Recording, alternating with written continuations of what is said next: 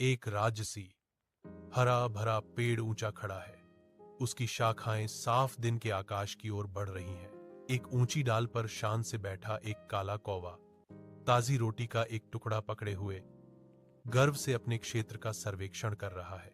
नुकीली चट्टानों के नीचे से एक चिकनी भूरी बिल्ली मीना धीरे धीरे निकलती है। उसकी नजर कौवे पर टिकी हुई है। मीना की आंखों में एक तीव्र भूख चमक उठती है।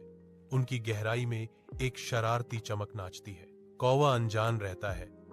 रोटी उसकी चोंच में कसकर पकड़ी हुई है। धूप वाली हवा में एक लुभावना इनाम है।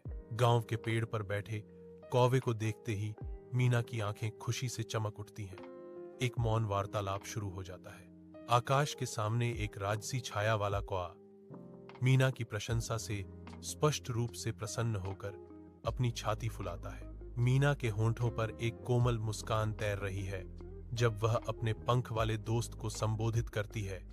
कौवे भाई, तुम्हारी आवाज कितनी मधुर है। उसकी आवाज एक मधुर धुन हवा में भर जाती है। मैंने आज सुबह तुम्हारी आवाज नहीं सुनी, क्या तुम मुझे एक गाना सुनाओगे? कौवा अपना सिर झुकाता है।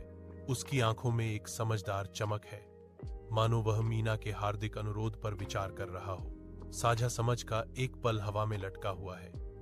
एक ऐसे गीत का मौन वादा जो अभी तक गाया नहीं गया है। एक अकेला कौवा गांव के एक पेड़ से कांव कांव करता है।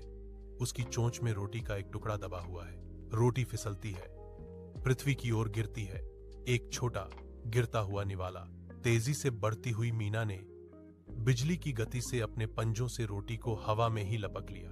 वह विजयी होकर मुस्कुराती है, अपने इनाम का स्वाद लेती है, जबकि कौवा उदास और हारा हुआ देखता रहता है। मीना अपनी जीत का स्वाद ले रही है। उसके होठों पर एक धूर्त मुस्कान है, क्योंकि